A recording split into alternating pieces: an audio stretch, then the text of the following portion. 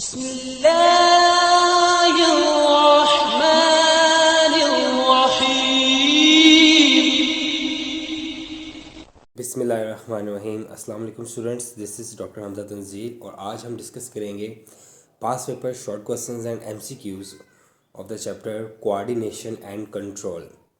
ये students second year का ये सबसे एक लेंथी चैप्टर है, one of the longest chapter है सेकंड ईयर का, और इसमें बहुत ज़्यादा कॉन्सेप्ट्स हैं और ये एमडी कैट बोर्ड एग्ज़ाम्स के पॉइंट ऑफ व्यू से बहुत इंपॉर्टेंट है। तो आज हम डिस्कस करेंगे कि इस चैप्टर में से जो पास पेपर में जो शॉर्ट क्वेश्चंस आ चुके हैं, एमसीक्यूज़ आ चुके हैं और एमडी कैट के जो एमसीक्यूज़ इसमें से आ चुके हैं उन्हें हम डिस्कस करेंगे। तो स्टूडेंट्स हम स्टार्ट करते हैं शॉर्ट क्वेश्चंस के साथ। सबसे पहला शॉर्ट क्वेश्चन स्टूडेंट्स आपकी स्क्रीन पे है, difference between chlorosis and etiolated plants. ये क्वेश्चन अक्सर बोर्ड में आता है कि etiolated and chlorosis of plants में क्या डिफरेंस है। तो स्टूडेंट्स इनमें डिफरेंस ज़्यादा नहीं है, आपको बस एक कॉन्सेप्ट को फॉलो करना है, फिर आपको ये पॉइंट समझ आ जाएगा। सबसे पहले अगर हम बात करें ईशिलिएटेड प्लांट्स की, तो ईशिलिएटेड प्लांट्स में क्या होता है कि if plants are grown without light, अगर प्लांट्स ग्रो करें in the absence of light, they became extremely long, वो लंबे तो हो जाते हैं, उनकी हाइट तो निकल आती है, वो प्राइमरी ग्रोथ तो कर लेते हैं, and fail to form chlorophyll, लेकिन उनके अंदर क्या नहीं होता, क्लोरोफिल नहीं होता। इसके अंदर स्टिमुलस क्या है, क्या चीज़ एब्सेंट है, इन्वायरमेंटल स्ट्रेस इसमें क्या है प्लांट को, कि उसको क्या नहीं मिल रही, लाइट नहीं मिल रही। They are said to be etiolated. तो ईशिलिएटेड का कॉन्सेप्ट ये है कि when the plants are grown in the absence of light they became extremely long but they fail to form chlorophyll. मतलब एक ऐसे प्लांट जिनके अंदर क्लोरोफिल नहीं है और उनके वजह उसकी अगर इन्वायरमेंटल स्ट्रेस उसका जो है, अगर वो एब्सेंस ऑफ लाइट है या विदाउट लाइट है, तो उसे हम किस चीज़ का नाम देंगे, ईशिलिएटेड प्लांट्स का नाम देंगे। सेकेंड कॉन्सेप्ट हमारे पास है क्लोरोसिस। ये स्टूडेंट्स क्लोरोसिस के अंदर भी सेम यही होता है। क्लोरोसिस के अंदर भी प्लांट्स जो होते हैं उनके अंदर सफिशिएंट अमाउंट में क्या नहीं होता, क्लोरोफिल नहीं होता है।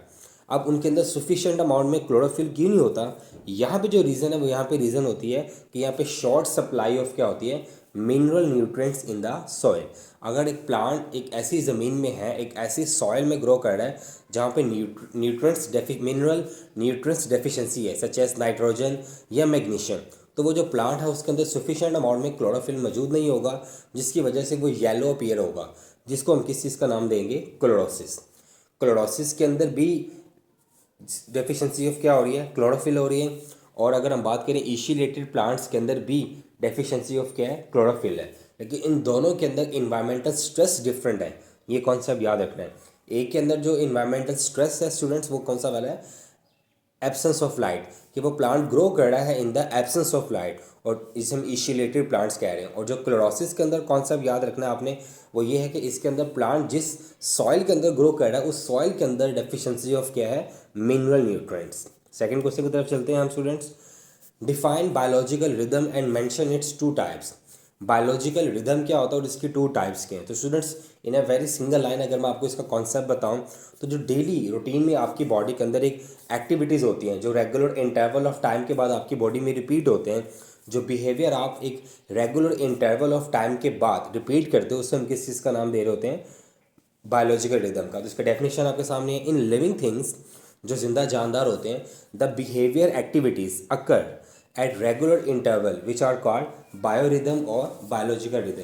मतलब लिविंग ऑर्गेनिजम्स के अंदर जो behavioural activities after interval of time के बाद रिपीट हो रही होती हैं, उन्हें हम किस चीज़ का नाम देते हैं, बायोलॉजिकल रिदम का। इसकी एक बड़ी कॉमन एग्जांपल है, आप में से बहुत से ऐसे स्टूडेंट्स होंगे जब जो सब उठते साथ ही वॉशरूम में जाते हैं, उन्हें सुबह उठते साथ ही अर्ज होती है कि वो स्टूल पास करें, और कुछ ऐसे भी होंगे जिन्हें अर्ज होती है कि वो आफ्टर ब्रेकफास्ट उन्हें अर्ज होती होगी कि वो डेफिकेशन करें या वो स्टूल पास करें। तो स्टूडेंट्स ये जो आपकी बॉडी के अंदर एक एक्टिविटी होती है जो कि एक रेगुलर इंटरवल ऑफ टाइम के बाद रिपीट होती है, इसे हम किस चीज़ का नाम दे रहे होते हैं, बायोलॉजिकल रिदम। क्योंकि ये लिविंग ऑर्गेनिज्म में हो रहा है इसलिए इसको क्या बोलते हैं, बायोलॉजिकल। और रिदम उस चीज़ को बोलते हैं जो कि एक रेगुलर इंटरवल ऑफ टाइम के बाद क्या हो, रिपीट हो। तो जो बिहेवियल एक्टिविटीज़ आप एक रेगुलर इंटरवल ऑफ टाइम के बाद रिपीट कर रहे हो, उसे हम किस चीज़ का नाम दे रहे हैं, बायोलॉजिकल रिदम। अब ये दो तरह की होती है, इसकी दो टाइप्स होती हैं। एक को हम बोल रहे होते हैं डायरोनल रिदम और एक को हम बोल रहे होते हैं सिरकैनुअल रिदम। अगर हम बात करें डायरोनल रिदम की, तो बायोरिदम जो है अगर हम उसको बात करें तो हमने इसको दो पार्ट्स में डिवाइड कर दिया। एक वो रिदम जो कि 24 आवर्स के बाद रिपीट होता है, जो 24 आवर्स के बाद रिपीट होता है, उसे हम क्या कह रहे होते हैं, डायरोनल रिदम, या इसका एक और नाम भी है जिसे हम बोलते हैं सिरकेडियन रिदम। सिरकेडियन रिदम को हम क्या कहेंगे? सिरकेडियन रिदम ये वो रिदम है जो कि रिपीट होते हैं आफ्टर 24 आवर्स। ठीक है, तो इसके डेफिनेशन यहाँ पे लिखी हुई है, बायोरिदम्स में occur showing periodicity of about 24 hours. मतलब ऐसे बायोलॉजिकल रिदम जो कि 24 आवर्स के बाद रिपीट होते हैं, उन्हें हम किस चीज़ का नाम दे रहे होते हैं? Circadian rhythm. सिरकेडियन रिदम को ही कहा जाता है डायरोनल रिदम। और सेकंड जो टाइप है, ये बेटा वो बायो रिदम्स हैं जो कि रिपीट होते हैं अबाउट 365 डेज, मतलब एनुअली, जिसे हम ग्रोथ का जिक्र कर सकते हैं। तो these rhythm is activity are called circannual rhythm. तो डायरोनल रिदम या सिरकेडियन रिदम ये वो रिदम होते हैं जो 24 आवर्स के बाद रिपीट होते हैं, और सिरकैनुअल रिदम वो रिदम होते हैं जो 365 मतलब आफ्टर 1 ईयर्स रिपीट होते हैं, उन्हें सिरकैनुअल रिदम कहा जाता है। Students, question number 3, name the synthetic oxygen and write down its role. अब ये स्टूडेंट्स बहुत इंपॉर्टेंट है। एक ऑक्सीजन जो नेचुरली प्लांट्स की बॉडी में एग्जिस्ट करता है, और एक ऑक्सीजन वो हार्मोन है जिसे हमने आर्टिफिशियली लैब के अंदर प्रोड्यूस किया है, ताकि हम जब चाहें प्लांट से अपनी डिज़ायर्ड प्रोडक्ट्स क्या कर लें, गेन करें, अचीव करें। अब साइंटिस्ट ने लैब्स के अंदर जो सिंथेटिक ऑक्सीजन्स बनाए हैं, जो खुद से ऑक्सीजन्स बनाए हैं हार्मोन, उसके केमिकल कंपोजिशन को कॉपी करके, एक इसका नाम है NAA, नेफ्थलीन एसिटिक एसिड, और इसी तरह का एक और भी है जिसे बोलते हैं इंडोल प्रोपियोनिक एसिड। तो अगर हम बात करें नेफ्थलीन एसिटिक एसिड की और इंडोल प्रोपियोनिक एसिड की, तो इसकी फंक्शनिंग क्या है, मतलब इससे हम क्या क्या बेनिफिट्स ले सकते हैं? तो ये पहला बेनिफिट इसका ये है कि ये stimulate fruiting, had natural fruit set. मतलब ये क्या करता है, ये प्लांट्स के अंदर फ्रूट सेटिंग के अंदर, मतलब प्लांट्स के अंदर फल लगने के अमल को क्या करता है, फास्ट करता है, उसको स्टिमुलेट करता है। Some time fruit setting in the absence of pollination, और बाज़ औक़ात ये क्या करता है कि विदाउट पॉलन ग्रेन के आए, without male involvement of plant, ठीक है, ये क्या करता है, उसके अंदर फ्रूट सेटिंग कर देता है, जिसे हमने रिप्रोडक्शन के चैप्टर में पढ़ा था, पार्थिनोकार्पी। तो हम सिंपली ये कह सकते हैं कि जो NAA है, नेफ्थलीन एसिटिक एसिड, या जिसे और एक और जो है इंडोल प्रोपियोनिक एसिड, ये क्या करते हैं, ये फ्रूट सेटिंग में हेल्प करते हैं, नेचुरली भी और पार्थिनोकार्पी वाइज भी। सेकंड जो हमारे पास है वो है 2,4-D डाइक्लोरोफिनॉक्सी एसिटिक एसिड।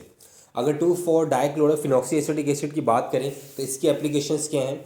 इसकी पहली एप्लीकेशन है सिलेक्टिव वीड किलर। अब सिलेक्टिव वीड किलर से क्या मुराद है कि अगर आपका एक बाग है और उस बाग के अंदर कुछ अनवांटेड जड़ी बूटियाँ उग गई हैं जिसकी वजह से आपकी बाग की ब्यूटी ख़राब हो रही है, तो अगर आप सिलेक्टिव उन जड़ी बूटियों को मारना चाहते हो तो उसके लिए आप 2,4-D यूज़ करोगे। Second, use in cereal crops and lawns to eliminate weeds. वही बात कि ये जो हमारे फसलें होती हैं, अगर हम उन फसलों के अंदर अजाफी जड़ी बूटियाँ उग गए तो उससे क्या होता है कि वो जो पानी और जो मिनरल्स उन फसलों को चाहिए होते हैं वो जड़ी बूटियाँ इस्तेमाल करना शुरू कर देती हैं। इस वजह से हम उन वीड्स को किल करने के लिए भी किसको यूज़ करते हैं, 2,4-D को। इनहिबिट्स स्प्राउटिंग ऑफ पोटैटोस, ये पोटैटोस को फूटने से बचाती है, पोटैटो को कट होने से बचाती है। And last one, prevent pre mature fruit drop, ये क्या करते हैं, फल को पकने से पहले दरख्त से नीचे गिरने नहीं देते। तो स्टूडेंट्स, ये अक्सर सवाल बोर्ड में बहुत घुमा के पूछा जाता है कि right down the name of synthetic oxygens. तो आपने क्या बताना है, naphthalene acetic acid, indole propionic acid और 2,4-डाइक्लोरोफिनॉक्सी एसिटिक एसिड, और आपको इनके एप्लीकेशन लाजमी आने चाहिए क्योंकि ऑक्सीजन में से वो क्वेश्चन लाजमी बनाता है।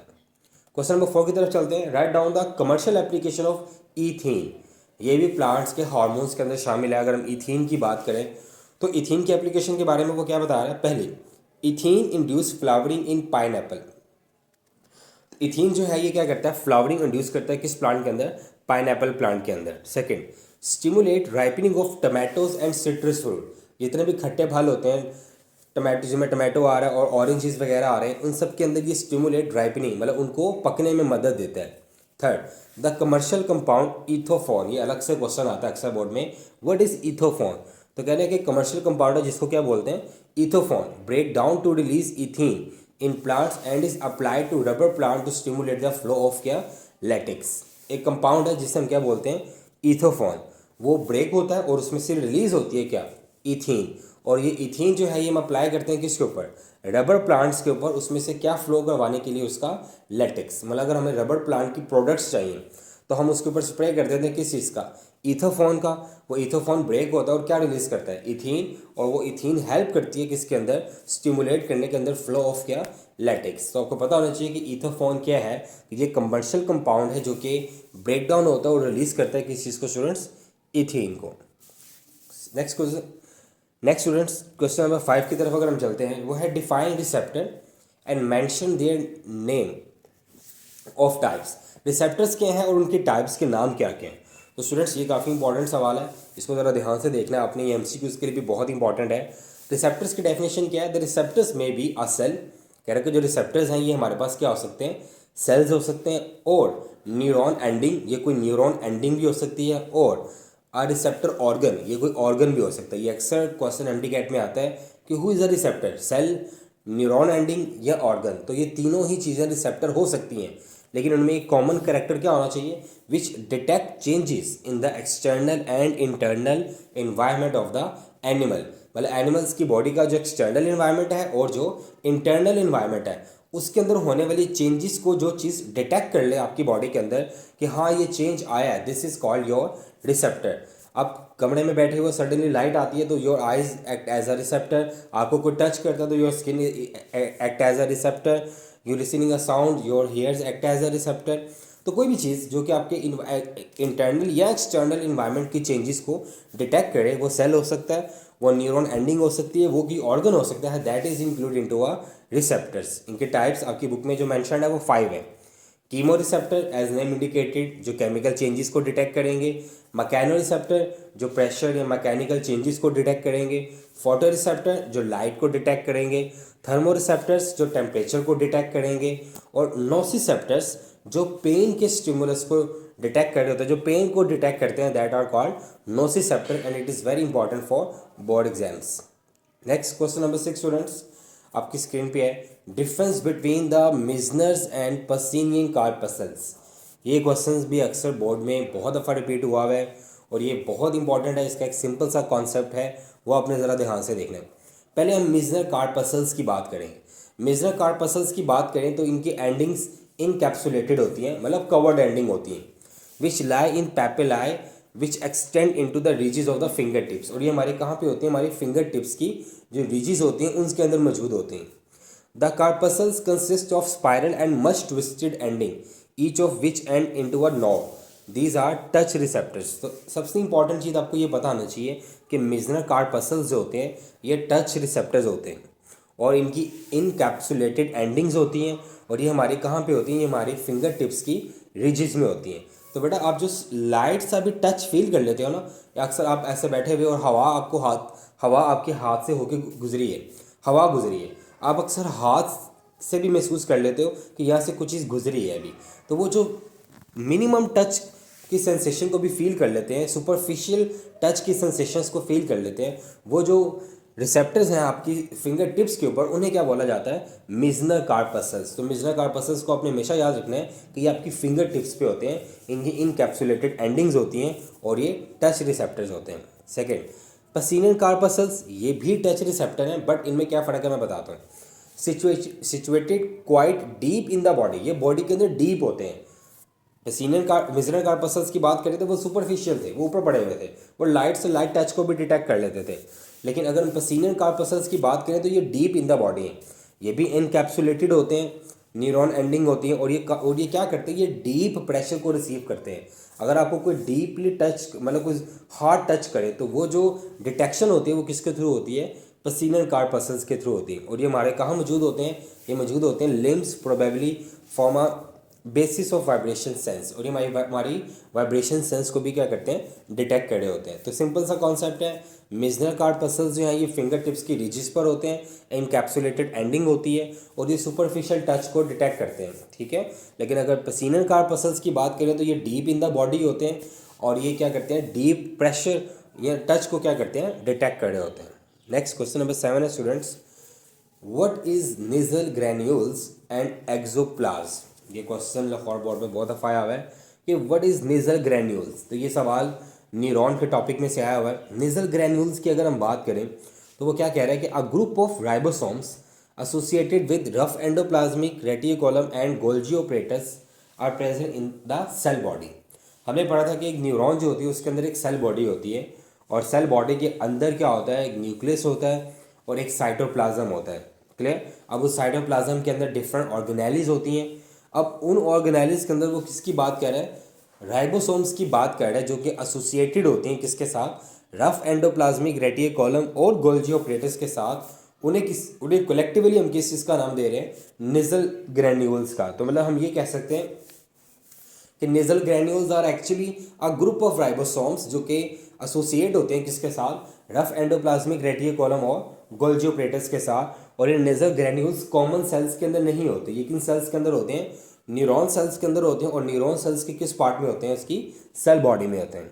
Next, axoplasm. एक्सोप्लाज्म की अगर हम बात करें तो एक्सोप्लाज्म क्या है, एक्सोप्लाज्म की हम बात करें तो एक्सो का मीनिंग तो एक्सोन होगा। हमने पढ़ा है कि न्यूरॉन के दो पार्ट होते हैं, एक्सोन और डेंड्राइट। वो पार्ट जो कि टुवर्ड सेल बॉडी आता है वो क्या था, डेंड्राइट, और जो away from the cell body जाता है वो क्या होता है, एक्सोन। तो एक्सोप्लाज्म क्या होगा कि एक्सोन जो एरिया है न्यूरॉन का, उसके अंदर जो एक साइटोप्लाज्म होता है, दिस इज कॉल्ड क्या, axoplasm. Cytoplasm of axon, microtubules, neurofibrils, rough endoplasmic reticulum and mitochondria are present throughout the exoplasm of the neuron। तो मतलब यहाँ पे क्या कहना चाह रहे हैं कि जो एक्सोप्लाज्म है किस चीज़ का, axon part of the neuron का, ठीक है, उसको हम क्या नाम दे रहे होते हैं, एक्सोप्लाज्म का। और उसके अंदर क्या मौजूद होते हैं, microtubules, neurofibrils, rough endoplasmic reticulum and mitochondria. Next question, question number 8 student, what is saltatory nerve impulse. ये नर्व इम्पल्स में से क्वेश्चन आया हुआ है। नर्व इम्पल्स का कॉन्सेप्ट आप जानते हो कि ये एक इलेक्ट्रोकेमिकल चेंजेस हैं जो ट्रैवल करती हैं along the length of neuron, ठीक है, और ये मैसेजेस कंडक्ट करती हैं from receptor to control centre and control centre to effectors. अब वो कह रहे हैं कि सोल्टेटरी नर्व इम्पल्स क्या होती हैं in myelinated neurons. Myelinated neurons वो न्यूरॉन्स होती हैं जिनके ऊपर क्या होती है, माइलिन शीथ होती है। और हमें पता है कि माइलिन शीथ एक्ट करती है एज अ रजिस्टर, ठीक है, ये नर्व इम्पल्स को कंडक्ट होने नहीं देती। अगर अगर आपकी न्यूरॉन के ऊपर माइलिन शीथ है तो इसका मतलब है कि यहाँ से नर्व इम्पल्स की कंडक्शन नहीं होगी। अब जाहिर सी बात है अभी हमें पैगाम तो पहुँचाना है, तो कह रहे हैं in myelinated neurons the impulse jumps from node to node, जिसे हम बोलते हैं node of Ranvier's, this is called saltatory impulse. वो कहना चाह रहा है अगर आपके पास एक न्यूरॉन है, उसके ऊपर माइलिन शीथ है, और आपको पता है कि वो पॉइंट्स न्यूरॉन के ऊपर जहाँ पे माइलिन शीथ नहीं होती उन्हें हम बोलते हैं नोड ऑफ रनवेयर। अब एक मैसेज आया है, ठीक है, हार्ट सेंटर से, हमें बहुत सडनली इफेक्टर तक उसे पहुँचाना है, लेकिन आगे माइलिनेटेड न्यूरॉन्स हैं। तो इम्पल्स क्या करेगी, इम्पल्स जंप करती हुई जाएगी फ्रॉम नोड टू नोड। मैंने आपको बताया कि वो नोड ऑफ रनवेयर वो पॉइंट है जहाँ पे माइलिन शीथ नहीं है। तो वो इम्पल्स जो जंप करती हुई जाएगी from node to node, that nerve impulse is called saltatory nerve impulse. उसकी रीज़न मैंने बताई है कि जहाँ पे माइलिन शीथ है वहाँ से नर्व इम्पल्स नहीं गुजर सकती, तो मजबूरन उसको जंप करना पड़ेगा एक नोड से दूसरे नोड पर अपने पैगाम को पहुँचाने के लिए। इसलिए इसको क्या बोलते हैं, सोल्टेटरी नर्व इम्पल्स। और कहते हैं कि अगर एक आम नर्व है, उसके ऊपर माइलिन शीथ अगर नहीं है तो वो पैगाम बिल्कुल स्मूथली जाएगा और उसकी स्पीड होती है 100 मीटर्स पर सेकेंड। लेकिन अगर बात करें सोल्टेटरी नर्व इम्पल्स की, तो चूंकि ये जंप करती हुई जाती है तो इसकी स्पीड कितनी होती है, 120 मीटर्स पर सेकेंड, मतलब ये फास्टेस्ट कंडक्शन गाड़ी होती है। नेक्स्ट स्टूडेंट, क्वेश्चन नंबर 9 है, define neurotransmitter and name the any 5 neurotransmitter. ये बहुत बहुत इंपॉर्टेंट क्वेश्चन है। न्यूरोट्रांसमीटर्स क्या होता है स्टूडेंट्स, आप लोगों ने एक साइनैप्स का कॉन्सेप्ट पढ़ा था कि एक न्यूरॉन अपना पैगाम लेके आती है, वो दूसरे को देती है, फिर दूसरी न्यूरॉन तीसरे को अपना पैगाम देती है, इस तरह वो पैगाम अपने टारगेट तक पहुंच जाता है। मतलब ऐसा नहीं होता कि एक ही न्यूरॉन जो है वो टारगेट तक चली जाती है और एक ही न्यूरॉन जो है वो रिसेप्टर साइड से अपने कंट्रोल सेंटर तक चली जाती है, ऐसा नहीं है। बीच में डिफरेंट जंक्शंस होते हैं। अब वो जो आपने पढ़ा था कि जो दो न्यूरॉन्स के बीच में एक जंक्शन होता है उसे क्या बोला जाता है, साइनैप्स। अब एक न्यूरॉन ने अपना पैगाम दूसरी न्यूरॉन को देना है, उसके बीच में एक गैप है जिसे क्या बोलते हैं, साइनैप्स। अब एक न्यूरॉन का पैगाम जो दूसरे न्यूरॉन के पास जाना है वो एक केमिकल के थ्रू जाता है जिसे क्या बोला जाता है, न्यूरोट्रांसमीटर। तो यहाँ पे क्या लिखा हुआ है कि neurotransmitters are chemical which are release at the axon ending of the neurons at synapse. Synapse मैंने बताया को दो न्यूरॉन्स के बीच में एक जो जंक्शन है दैट इज कॉल्ड साइनैप्स। अब एक न्यूरॉन से पैगाम आ रहा है डेंड्राइट से सेल बॉडी से एक्सॉन। अब एक्सॉन से वो पैगाम रिलीज होगा in the form of a chemical, that chemical is called neurotransmitter, और उससे अगली वाली जो न्यूरॉन होगी उसके डेंड्राइट पे जाके अटैच हो जाएगा और वो पैगाम अगले न्यूरॉन पे ट्रैवल करेगा। तो वो केमिकल जो कि मैसेज को एक न्यूरॉन से दूसरी न्यूरॉन तक पहुंचाने के लिए रिक्वायर्ड होता है, that is called actually neurotransmitters. अब इनके नाम क्या क्या हैं? Many different type of neurotransmitter are known, जिसमें कौन कौन से हैं?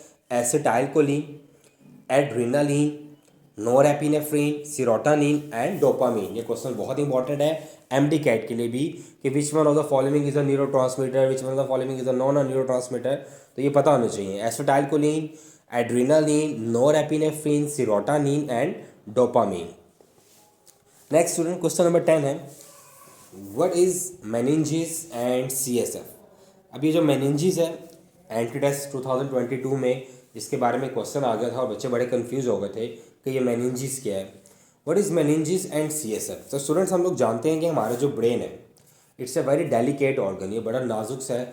तो अल्लाह ताला ने इसको बड़ी प्रोटेक्शन दी है, क्योंकि हमारा ये ओवरऑल हमारा फिर ये कंट्रोल सेंटर भी तो है ना पूरी बॉडी का, एक सीपीयू है हमारी पूरी बॉडी का, सेंट्रल प्रोसेसिंग यूनिट है, हर चीज़ जहाँ पे प्रोसेस होनी है और फिर एग्जीक्यूट होनी है। तो अल्लाह ताला ने क्या किया हुआ है कि ब्रेन के इर्द गिर्द क्या किया हुआ है, कवरिंग की 3 लेयर्स बनाई हैं कवरिंग की, ठीक है। अब वो जो 3 लेयर्स हैं कवरिंग की, उससे हम किस चीज़ का नाम दे रहे होते हैं? मेनिंजिस। तो कह रहे हैं कि the brain and spinal cord are protected by triple layers of membranes, जिन्हें किस चीज़ का नाम दिया जाता है? मेनिंजिस का। और इनका नाम क्या क्या होता है? पाया मैटर, ड्यूरा मैटर और एरेक्नॉइड मैटर, ठीक है। अगेन मैं बोल रहा हूँ, इसको लिख लो कहीं पे, पाया matter, dura mater and arachnoid matter. ये 3 लेयर्स होती हैं ब्रेन के इर्द गिर्द, ठीक है, जो ब्रेन को प्रोटेक्ट कर रही होती हैं। इन्हीं किस चीज़ का नाम दिया जाता है? मेनिंजिस का। अब आपके माइंड में सवाल आएगा कि ये लेयर्स कितनी की थिक हो जाएंगी, कितना का ब्रेन को प्रोटेक्ट कर लेंगी। तो स्टूडेंट्स, इसका आंसर ये है कि ये जो मेम्ब्रेन है ना, इनके बीच में एक फ्लूइड होता है। इन मेम्ब्रेन्स के बीच में एक क्या होता है? फ्लूइड। और इस फ्लूइड को स्टूडेंट्स क्या कहते हैं? CSF। What is CSF? Cerebral स्पाइनो fluid. आगे सवाल है, व्हाट इज CSF? तो CSF की एब्रिविएशन क्या है? The cerebro spinal fluid. अब ये सेरिब्रो स्पाइनल फ्लूइड होता क्या है, इसके बारे में ज़रा ध्यान से सुनना आपने। ये मेनिंजिस के बीच में ट्रैवल कर रहा होता है। ये प्रोड्यूस होता है वेंट्रिकल्स में। ब्रेन के अंदर जो एम्प्टी स्पेसिस होती है उन्हें क्या कहा जाता है? वेंट्रिकल्स। इन वेंट्रिकल्स के अंदर प्रोड्यूस होता है क्या? CSF। CSF की एब्रिविएशन क्या है? Cerebrospinal fluid. अब ये होता है कैसा है? कह रहे कि इसकी composition just like a blood plasma ही होती है। ब्लड प्लाज्मा, जैसे आपने पढ़ा था कि ब्लड में से ब्लड सेल्स अगर निकाल दो, the remaining portion is blood plasma. कहते हैं सेम ये ब्लड प्लाज्मा जैसा ही होता है। और इसका काम क्या होता है? न्यूरॉन्स, और जो ब्रेन की न्यूरॉन्स हैं उन्हें क्या करना? बात करना, मतलब उन्हें न्यूट्रिएंट्स प्रोवाइड करना, और स्पाइनल कॉर्ड के न्यूट्रिएंट्स प्रोवाइड करना। उसके बाद इसका जो सबसे इंपॉर्टेंट फंक्शन होता है वो ये होता है कि ये अगर कोई प्रेशर आ जाता है, अगर आपके सर पे कोई ऊपर से कोई थप्पड़ मारता है, आपके सर पे कोई लोड आता है, तो जो सारा प्रेशर है वो ब्रेन तक आने से पहले पहले उसे कौन अब्जॉर्ब कर लेगा? CSF। क्लियर? और मैंने अगेन बताया कि ये CSF प्रोड्यूस कहाँ भी होता है? वेंट्रिकल्स में। फ्लो कहाँ करता है? In the meninges. और ये मेनिंजिस कहाँ कहाँ होती हैं? ब्रेन और स्पाइनल कॉर्ड के इर्द गिर्द 3 लेयर्स होती हैं, जिन्हें कलेक्टिवली मेनिंजिस का बोला जाता है। और इसका मेन पर्पस CSF का क्या होता है? एक तो जो ब्रेन के अंदर न्यूरॉन्स होती हैं उन्हें बात करना, उन्हें बात करने से मुराद है कि उन्हें प्रॉपर न्यूट्रिएंट्स प्रोवाइड करना। और सेकंड जो मेन फंक्शन है इसका वो ये है कि ये ब्रेन को बचा रहा होता है फ्रॉम शॉक या एनी प्रेशर इंजरीज। तो स्टूडेंट्स, क्वेश्चन नंबर 11 हमारे पास है, write down the role of hippocampus and amygdala. Amygdala और हिप्पोकैम्पस का क्या रोल है? तो स्टूडेंट, सबसे पहले हम स्टार्ट करेंगे हिप्पोकैम्पस से। अगर हम हिप्पोकैम्पस की बात करें तो आपको पता है कि ये हमारे 4 ब्रेन का एक पार्ट है, और ये बहुत इंपॉर्टेंट रोल प्ले करता है इन दी फॉर्मेशन ऑफ क्या? Long term memory, and this is required for learning. जो चीज़ हमें हमारी लॉन्ग टर्म मेमोरी में स्टोर हो जाती है, जैसे आपको अपना नाम कभी नहीं बोलता, तो ये आपकी लॉन्ग टर्म मेमोरी में स्टोर्ड है। आपको ये नहीं बोलता कि ये मेरे फादर और ये मेरी मदर है, तो ये आपकी लॉन्ग टर्म मेमोरी है। तो जो आपका ब्रेन का area long term memory formation कर रहा होता है और आपकी लर्निंग में इन्वॉल्व होता है, that area of the brain is called hippocampus. Clear? Next है एमेग्डाला। अगर हम एमेग्डाला की बात करें, ये बहुत इंपॉर्टेंट है एंट्री टेस्ट के पॉइंट ऑफ व्यू से भी, कि in the amygdala cluster of neurons produce sensation of pleasure, punishment और sexual arousal when stimulated. It is also involve in the feeling of fear and rage. ये आपने याद रखना है कि feeling of fear and rage, fear होता है डर और रेज क्या होता है बदला या गुस्सा, ठीक है। बदले की जो सारी आपके अंदर सेंसेशन होती हैं या आपके अंदर जो एक डेवलप बिहेवियर होता है वो किसकी वजह से होता है, ए मैकडैला की वजह से होता है। ए मैकडैला क्या करता है, अगेन मैं रिपीट कर रहा हूँ, सेंसेशन ऑफ प्लेयर, खुशी का एहसास, पनिशमेंट, दुख का एहसास और सेक्सुअल अरोयल, और आपके अंदर जो सेक्सुअल फीलिंग्स की अरोयल होती है, और ये साथ ही साथ ही इन्वॉल्व होता है इन दी फीलिंग ऑफ क्या, फेयर एंड रेज, गुस्सा, और जो बदला वगैरह होता है, इंतकाम वगैरह जो होता है, उसकी भी सारी सेंसेशन आपकी बॉडी के अंदर कौन डेवलप करवाता है, ए मैकडैला, और ये भी किसका पार्ट है, फोर ब्रेन का पार्ट होता है। नेक्स्ट क्वेश्चन है स्टूडेंट्स, क्वेश्चन नंबर 12 की तरफ हम जा रहे हैं, वो है difference between sympathetic and parasympathetic nervous system. तो स्टूडेंट्स ये सिंपैथेटिक और पैरासिम्पैथेटिक नर्वस सिस्टम आप लोग अपनी 10th क्लास में भी पढ़ चुके हो, लेकिन यहाँ पे ये थोड़ा सा स्लाइड सा डिफरेंस है इसके अंदर, तो आपने ज़रा इसको ध्यान से अब्जॉर्ब करना है अपने ब्रेन के अंदर। अगर हम सिंपैथेटिक नर्वस सिस्टम की बात करें तो आप लोग ये तो जानते हो कि इसको हम फाइट और फ्लाइट या इसको emergency system of the body भी बोलते हैं। मतलब ये एक ऐसा सिस्टम होता है बॉडी के अंदर जो एक्टिवेट होता है ड्यूरिंग एमरजेंसी सिचुएशंस, या जिसे हम बोलते हैं फाइट और flight situation on the body. और इसके अंदर क्या क्या होता है आप लोगों ने पढ़ा था, इसके अंदर आपकी हार्ट बीट इंक्रीज होती है, आपके प्यूपल्स डायलेट हो जाते हैं, आपकी जो डाइजेशन है वो इनहिबिट हो जाती है, वगैरह वगैरह। अब सवाल ये कि ये कंट्रोल कहाँ से होता है आपकी बॉडी के अंदर, ऐसे कौन से एरियाज हैं जो इस सिंपैथेटिक सिस्टम को कंट्रोल कर रहे हैं। तो ये बहुत इंपॉर्टेंट है, ध्यान से सुना आपने। Most ganglion fibre of the sympathetic system arise from the middle portion of the spinal cord and almost terminate in the ganglia that lie near the code. तो ये बहुत बहुत इंपॉर्टेंट है कि middle of the spinal cord, ये MDCAT के लिए बहुत इंपॉर्टेंट पॉइंट है कि सिंपैथेटिक नर्वस सिस्टम की जो कंट्रोल है उसके लिए जो सारे गैंग्लियो निकल रहे हैं, उसके लिए जो सारे नर्व हैं वो कहाँ पे पड़ी हुई हैं, middle of the spinal cord. इसी तरह पैरासिम्पैथेटिक की बात करें इसे हम बोलते हैं system of relaxation, system of normal state. जब आपकी बॉडी बिल्कुल एक रिलैक्स कंडीशन के ऊपर है, कोई इमरजेंसी सिचुएशन नहीं है, आपकी बॉडी एक बिल्कुल नॉर्मल रूटीन के अंदर वर्क कर रही है, तब जो सिस्टम आपकी बॉडी में एक्टिवेट होता है वो कौन सा होता है, पैरासिम्पैथेटिक सिस्टम एक्टिवेट होता है। और अगर हम इस पैरासिम्पैथेटिक सिस्टम की बात करें, इस पैरासिम्पैथेटिक सिस्टम में क्या होता है, इस पैरासिम्पैथेटिक सिस्टम के अंदर आपकी हार्ट बीट नॉर्मल होती है, ठीक है, आपके प्यूपिल का साइज भी क्या होता है नॉर्मली, वो थोड़े से आप कंस्ट्रिक्ट होते हैं नॉर्मली, ठीक है, और आपकी डाइजेशन इसमें क्या होती है, ज़्यादा होती है। तो आपने सिर्फ ये बात याद रखनी है कि सिंपैथेटिक सिस्टम के अंदर आपकी हर चीज़ इंक्रीज होती है सिवाय आपके डाइजेशन के, और पैरासिम्पैथेटिक के अंदर आपकी हर चीज़ डिक्रीज होती है, नॉर्मल होती है, सिवाय किसके, डाइजेशन के। क्लियर, एक तो ये कॉन्सेप्ट याद रखना है। सेकंड, ये इन्हें कंट्रोल कहाँ से किया जा रहा है, तो सिंपैथेटिक को जैसे भी मैंने बताया कि इसे कंट्रोल किया जाता है from the middle portion of the spinal cord. तो जो पैरासिम्पैथेटिक है ये कहाँ से कंट्रोल होता है, ये होता है अ few cranial nerves. Cranial nerves वो होते हैं जो कि आपके कहाँ से निकलती हैं, ब्रेन से। और आपने पढ़ा था कि 12 पेयर्स ऑफ क्या होते हैं, क्रेनियल नर्व्स, और 31 पेयर ऑफ क्या होते हैं, स्पाइनल नर्व्स। तो इसलिए वो कह रहे हैं कि a few cranial nerves including the vagus nerve, vagus nerve एक क्रेनियल नर्व का नाम है, together with the nerves from the bottom portion of the spinal cord. तो ये बात आपने याद रखनी है कि जो सिंपैथेटिक है वो just middle portion of the spinal cord से ही कंट्रोल हो रहा है, लेकिन जो पैरासिम्पैथेटिक है इससे कुछ क्रेनियल नर्व्स जिनमें से एक वेगस नर्व है और बॉटम पोर्शन ऑफ द क्या, स्पाइनल कॉर्ड, यहाँ से पैरासिम्पैथेटिक सिस्टम हमारी बॉडी का कंट्रोल हो रहा है। और ये बहुत इंपॉर्टेंट है, अगेन बता रहा हूँ कि 10th के लेवल पे इसका कॉन्सेप्ट थोड़ा डिफरेंट था, लेकिन अगर आप इसको सेकेंड ईयर के लिहाज से देखें तो आपको इस लिहाज से इसको ज़्यादा एलेबोरेट करना है और अपने एमडी कैट के पॉइंट ऑफ व्यू से इसको याद रखना है। नेक्स्ट क्वेश्चन नंबर 13 है, व्हाट इज़ GDNF। ये क्वेश्चन अक्सर बोर्ड में आता है कि व्हाट इज़ GDNF। तो सबसे पहले आपको इसकी एब्रीवेशन आनी चाहिए। तो GDNF की एब्रीवेशन आप लोगों ने क्या पढ़ी थी, glial cells derived neurotrophic factor. अब ये है क्या, ये एक प्रोटीन है, अ नेचुरली अकरिंग प्रोटीन। इसको क्या बोला जाता है, glial cells line derived neurotrophic factor. अब ये क्या करती है, has been showed to boost uptake of dopamine. आपको पता है स्टूडेंट्स के पार्किंसन डिजीज़ एक ऐसी डिजीज़ है जिसके अंदर आपका डोपामीन डेफिशिएंसी हो जाती है। आपके ब्रेन के अंदर एक न्यूरोट्रांसमीटर है जिसे बोला जाता है डोपामीन, वो प्रोड्यूस नहीं होता, जिसकी वजह से आपकी बॉडी के अंदर एक अनकंट्रोल्ड ट्रेमर्स आना शुरू हो जाते हैं ऑल द टाइम। इस डिज़ीज़ को बोलते हैं पार्किंसन डिजीज़। अब हमें क्या करना है, इस बीमारी को कंट्रोल करने के लिए हमें अपने ब्रेन के अंदर एक सफिशेंट अमाउंट ऑफ क्या चाहिए, डोपामीन। लेकिन वो किसी वजह से प्रोड्यूस नहीं हो पा रहा। तो साइंटिस्ट ने एक प्रोटीन डिस्कवर किया है जो नेचुरली अकरिंग प्रोटीन है, इसे GDNF कहते हैं। ये बूस्ट करती है, ये बनाने में हेल्प करती है किस चीज़ को, डोपामीन, जिसकी वजह से क्या होगा कि जो वो पेशेंट जिनके अंदर डोपामीन किसी वजह से नहीं प्रोड्यूस हो पा रहा, जब उन पेशेंट्स के बॉडी के अंदर हम ये प्रोटीन इंजेक्ट करेंगे तो ऑटोमेटिकली उनकी बॉडी के अंदर डोपामीन बूस्ट होगा, मतलब डोपामीन प्रोड्यूस होगा, जिस वजह से वो पार्किंसंस के सिम्टम से बच सकेंगे। अब वो आगे क्या बता रहे हैं कि ये जो प्रोटीन है ये अभी तक अंडर रिसर्च है, ह्यूमन रैट्स के ऊपर और मंकीज़ के ऊपर इसका एक्सपेरिमेंट किया जा रहा है, और जो ही ये कामयाब होता है फिर हम इसे ह्यूमंस के अंदर भी इंसर्ट करेंगे। Next, what is EEG?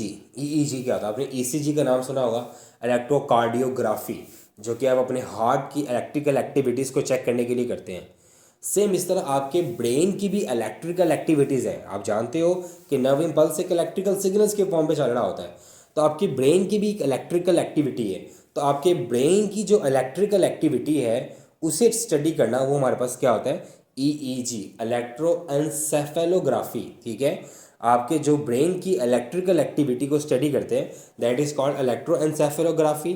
और इलेक्ट्रोएन्सेफेलोग्राफी किस डिजीज़ को डायग्नोज करने के लिए की जाती है, एपिलिप्सी, क्योंकि आपने देखा होगा एपिलिप्सी का जो पेशेंट होता है उससे झटके आते हैं, जिसे फिट्स पड़ते हैं। अब फिट्स पड़ने से मुराद है कि उसकी बॉडी के अंदर कहीं ना कहीं से एबनॉर्मल डिस्चार्ज ऑफ क्या हो रहा है, इम्पल्सिस, करंट। तो हमने ये देखना होता है कि ब्रेन का कोई एरिया डैमेज तो नहीं हो गया जहाँ से ये एबनॉर्मल इम्पल्सिस डिस्चार्ज हो रही है और इस पेशेंट को फिट्स पड़ रहे हैं। तो उसके लिए जो टेस्ट किया जाता है that is called EEG। And what is EEG? EEG is an electroencephalography. Next student question है 15, व्हाट इज़ अल्जाइमर डिजीज़ और डिमेंशिया? ये भी क्वेश्चन बहुत दफ़ा बोर्ड में आया हुआ है कि अल्जाइमर डिजीज़ ये साइंटिस्ट के नेम पे था और इसे एक्चुअली में क्या बोला जाता है, डिमेंशिया। डिमेंशिया स्टूडेंट्स आप लोग जानते हो, डिमेंशिया बोलते हैं शॉर्ट टर्म मेमोरी लॉस। किसे बोलते हैं, शॉर्ट टर्म मेमोरी लॉस। और एक टर्मिनोलॉजी है एमनेजिया, उसे बोलते हैं परमानेंट मेमोरी लॉस। एक जो एमनेजिया होता है, एक होता है डिमेंशिया। जिसमें शॉर्ट टर्म मेमोरी लॉस हो रहा है वो डिमेंशिया है, और जिसके अंदर लॉन्ग टर्म मेमोरी लॉस हो रहा है वो हमारे पास क्या होता है, अमनेजिया है। ये वैसे एक इन्फॉर्मेशन के लिए था। वो कह रहे हैं कि Alzheimer disease was first described by Alois Alzheimer in 1907। एक साइंटिस्ट का नाम है जिसने सबसे पहले इसको डिस्क्राइब किया था। इट इज़ करेक्टराइज बाय, इसके अंदर क्या होता है, डिक्लाइन इन ब्रेन फंक्शन, आपके ब्रेन की एक्टिविटी कम हो जाती है। Its symptoms are similar to those diseases that cause dementia. इसके सिम्टम्स से वैसे ही होते हैं जैसे डिमेंशिया के होते हैं, मेमोरी लॉस के होते हैं। अब इसकी वजह क्या है, there are genetic predisposition to be disease in some people so it tend to run in families. कह रहा है कि इसकी ज़्यादातर रीज़न जो है वो जेनेटिकली होती है। उसके बाद कह रहा है कि there is also evidence that high level of aluminium may contribute to the onset of disease. तो इसकी उसने दो कॉजेज बताई हैं। एक तो उसने बताया कि ये जेनेटिकली रन करती है इन द फैमिली, और सेकंड ये भी एविडेंस मिला कि जिन के ब्लड के अंदर एल्यूमिनियम का लेवल थोड़ा सा क्या होता है, रेज होता है, उनके अंदर भी ये डिजीज़ पाई जाती है। There is also decline in brain function with age. और लाजमी नहीं है कि अगर आपको बुढ़ापे में आपका मेमोरी लॉस होना शुरू हो रही है या ब्रेन की एक्टिविटीज़ कम होना शुरू हो रही है और आप कहो कि मुझे अल्जाइमर डिजीज़ हो गई है, तो कह रहे हैं कि ये विद द एज भी डेवलप होता है। वो एक नॉर्मल फिनोमेना होता है, हर चीज़ की जो डिग्रेडेशन विद द एज होती है। Next student question number 16, right down the effects of nicotine of nervous system. कि निकोटीन के नर्वस सिस्टम के ऊपर क्या इफेक्ट्स हैं। निकोटीन हम जानते हैं ये केमिकल है, ठीक है, जो कि सिगरेट के स्मोक के अंदर भी होता है, ठीक है। अब हमने ये देखना है कि इसका नर्वस सिस्टम पे क्या इम्पैक्ट आते हैं। ये समझ लो कि जो लोग स्मोकिंग करते हैं, जिनके ब्लड के अंदर निकोटीन थोड़ी सी ज़्यादा होती है, उनकी नर्वस सिस्टम पे क्या असर पड़ता है। हम इसको एक तरह से इफेक्ट ऑफ स्मोकिंग भी कह सकते हैं ऑन द नर्वस सिस्टम। ऐसे ही स्टूडेंट्स, अब वो क्या कह रहे हैं, nicotine effect post synaptic membrane. Post synaptic membrane क्या होती है, प्री साइनेप्टिक मेम्ब्रेन जहाँ से पैगाम आ रहा है, जिसके ऊपर पैगाम आ रहा है, और पोस्ट साइनेप्टिक मेम्ब्रेन वो होती है जिसके ऊपर जाके पैगाम ने अटैच होना है और आगे जाना उससे। तो कह रहे हैं कि nicotine effects post synaptic membrane in CNS and PNS। CNS central nervous system and PNS peripheral nervous system. It mimics the action of acetylcholine on nicotine receptor. कह रहे हैं कि ये जो निकोटीन होती है ना, ये बिल्कुल वैसे ही एक्शन करती है जैसे एसिटाइलकोलिन करता है रिसेप्टर साइड के ऊपर। So it stimulate of nerve impulse, it increases the heart beat, blood pressure and digestive tract mobility. Nicotine may induce vomiting and diarrhoea and even may cause water retention relation by kidney. वो simply बता रहे हैं कि जो nicotine का effect है ना is just like acetylcholine effect on the receptor. Acetylcholine क्या है? ये स्टूडेंट्स हमारे पास एक एक्साइटेटरी न्यूरोट्रांसमीटर है जो कि आपकी बॉडी के अंदर एक इमरजेंसी सिचुएशंस क्रिएट करते हैं, जिसके अंदर आपकी हार्ट बीट इंक्रीज होती है, आपका ब्लड प्रेशर हाई हो जाता है, आपकी डाइजेस्टिव मोबिलिटी इंक्रीज कर जाती हैं, ठीक है। और अगर बहुत ज़्यादा इसका एक्शन हो जाए तो डायरिया, वॉमिटिंग, ये चीज़ें भी आपकी बॉडी में आती है, जिस वजह से आपकी बॉडी का पानी कम हो जाता है। क्लियर? तो सिंपल हम ये याद रखेंगे कि निकोटीन का जो इफेक्ट है is just like acetylcholine effect. Acetylcholine effect तो हम कभी कभी इमरजेंसी सिचुएशन के अंदर अपनी बॉडी में इसको यूज़ कर लेते हैं। ऑल द टाइम तो हम एसिटाइलकोलिन को यूज़ नहीं कर रहे, लेकिन जो पेशेंट निकोटीन लेते हैं, जो पर्सन निकोटीन लेता है, उसकी बॉडी के अंदर ऑल द टाइम एक इमरजेंसी सिचुएशन बॉडी में रहती है, जैसे उसकी हार्ट बीट हाई रहती है, ब्लड प्रेशर हाई रहता है, उसकी डाइजेस्टिव ट्रैक की मोबिलिटी हाई रहती है, और डिफरेंट कंडीशन उसको अपनी बॉडी के अंदर फेस करने को मिल रही होती है। तो स्टूडेंट्स, नेक्स्ट क्वेश्चन हमारे पास है, write down the chemical composition of hormones. अगर हम केमिकल कंपोजिशन ऑफ हार्मोन्स की बात करें तो ये बहुत बहुत इंपॉर्टेंट क्वेश्चन है कि हार्मोन्स केमिकली कितनी तरह के होते हैं। ये एमडी कैट के लिहाज से भी बहुत इंपॉर्टेंट है, बोर्ड के लिहाज से भी बहुत इंपॉर्टेंट है। अगर हम हार्मोन्स की बात करें तो हम ये कहते हैं कि chemically hormones may be of following 4 types. 4 तरह के हार्मोन्स हैं on the basis of their chemicals. पहले पता होना चाहिए कि हार्मोन्स क्या होते हैं। हार्मोन्स केमिकल मैसेंजर होते हैं जो कि ब्लड के थ्रू ट्रैवल करते हैं from eight there targeted side, from releasing side, मतलब जहाँ से ये रिलीज़ होते हैं और टारगेटिंग साइड तक जाने के लिए ये ब्लड के थ्रू ट्रैवल करते हैं, और ये केमिकल मैसेंजर हैं। जिस तरह न्यूरॉन जो होती हैं ये इलेक्ट्रिकल मैसेंजर होती हैं जो पैगाम फटाफट एक जगह से दूसरी जगह पहुँचा देती हैं। इसी तरह जो पैगाम हमें फटाफट नहीं पहुँचाने होते, जिनमें थोड़ा टाइम भी लग जाए तो कोई प्रॉब्लम नहीं है, वो हम किसके थ्रू ट्रैवल करवा रहे होते हैं? हार्मोन्स के थ्रू। अब वो कह रहे हैं कि 4 तरह के हो सकते हैं। पहला प्रोटीन, जो कि प्रोटीन से बने होते हैं, और वो कौन कौन से हार्मोन है? इंसुलिन एंड ग्लूकागोन, ये बड़े इंपॉर्टेंट एमसीक्यूज के लिए। Second, amino acid and derivatives, ये कौन कौन से हार्मोन है? Thyroxine, epinephrine and norepinephrine. Third हमारे पास है पॉलीपेप्टाइड, ये कौन से हैं? Vasopressin and anti diuretic hormones and oxytocin. और फोर्थ हमारे पास है स्टीरॉयड, ये मोस्ट इंपॉर्टेंट है, अक्सर एमसीक्यूज में ये पूछा जाता है कि स्टीरॉयड बेस्ड हार्मोन्स कौन से हैं, तो वो हैं एस्ट्रोजन, टेस्टोस्टेरोन एंड कॉर्टिसोल। इसका आपको मैं थोड़ा सा बताता हूँ, ट्रिक से बताता हूँ कि जो सेक्स हार्मोन्स हैं वो स्टीरॉयड बेस है, ओके। जो पोस्टीरियर पिट्यूटरी ग्लैंड से आ रहे हैं हार्मोन, वो कौन से वाले हैं? वो पॉलीपेप्टाइड एंड डेरिवेटिव्स हैं। और जो थायराइड और एड्रिनल ग्लैंड के हार्मोन हैं वो कौन से वाले हैं? अमाइनो एसिड्स हैं। और पैंक्रियाज के जो हैं वो कौन से वाले हैं? Protein based hormone. Next question, question number 18 is, students, what is MSH and write down its role. MSH क्या है और इसके रोल क्या है, उसका फंक्शन क्या है? तो हमने पढ़ा था कि जो median lobe of pituitary gland है वहाँ से एक हार्मोन रिलीज हुआ जिससे हमने क्या नाम दिया था? MSH, melanophore stimulating hormone. अब ये जो मेलानोफोर स्टिमुलेटिंग हार्मोन है, its inhibition of secretion is controlled by hypothalamus. हमें पता है कि जो पिट्यूटरी ग्लैंड है ये अंडर किसके काम करता है? हाइपोथैलेमस के अंडर काम कर रहा है। तो कह रहा है its inhibition of secretion is controlled by hypothalamus, मतलब इसकी इनहिबिशन और सेक्रेशन जो है ये सारी किसके कंट्रोल में है? हाइपोथैलेमस के कंट्रोल में है। अब ये कब सेक्रेट होता है? ये इंपॉर्टेंट क्वेश्चन है। ये सेक्रेट होता है, external light governs it's secretion. जब आप सन लाइट में बैठते हो तो इसकी सेक्रेशन थोड़ी सी ज़्यादा होती है। सेकंड, और इसकी सेक्रेशन कब होती है? प्रेगनेंसी में। तो ये 2 पॉइंट्स आपने याद रखने हैं कि एक तो लाइट, सन लाइट इसकी स्टिमुलेटिंग पॉइंट है, और सेकंड इसका जो स्टिमुलेटिंग पॉइंट है वो क्या है? प्रेगनेंसी है। मतलब इन 2 कंडीशन के अंदर ये एमएसएच जो है ये रिलीज होता है। अब सवाल ये कि ये एमएसएच करता क्या है? तो स्टूडेंट्स से याद रखना है कि ये एमएसएच क्या करता है? It stimulate melanocytes in skin to produce brown pigments, जिन्हें क्या बोलते हैं? मेलानिन। और ये क्या करते हैं? Darken the skin. आपकी स्किन जो डार्क हो जाती है, अक्सर आपने सुना होगा कि धूप में बैठने से रंग काला हो जाता है। तो एक्चुअली में स्टूडेंट्स वो जो धूप में बैठने से आपका रंग काला होता है, उसकी रीज़न ये होती है कि जब आप धूप में बैठते हो तो आपकी जो ब्रेन है वो क्या रिलीज़ करता है? मेलानोफोर स्टिमुलेटिंग हार्मोन, हाइपोथैलेमस। उसकी वजह से वो क्या होता है कि वो जो हार्मोन है ये हमारे स्किन के ऊपर जाकर मेलानोसाइट्स प्रोड्यूस करता है, जो कि ब्राउन पिगमेंट्स मेलानिन को प्रोड्यूस करते हैं आगे से, ठीक है। मतलब एमएसएच ने क्या करना है? इसने मेलानोसाइट्स को स्टिमुलेट करना है, और उन मेलानोसाइट्स ने क्या प्रोड्यूस करना है, मेलानिन, जिन्होंने आपकी स्किन कलर को क्या कर देना है, डार्क कर देना है। इसकी रीज़न ये होती है क्योंकि स्टूडेंट्स हम जानते हैं कि जो अगर आप एक्सट्रीम सनलाइट में जाओ तो स्किन कैंसर होने के चांसेस क्या होते हैं, ज़्यादा होते हैं। तो ये जो मेलानिन है ये आपकी स्किन को डार्क कर देता है, जिससे आपको स्किन कैंसर होने के चांसेस मैक्सिमम क्या होते हैं, रिड्यूस हो जाते हैं। खैर हमारा ये काम नहीं, हमारा ये काम है, इसका फंक्शन क्या है कि it stimulate the melanocytes to produce melanin which is a brown colour pigment and it darken the skin, बस ठीक है।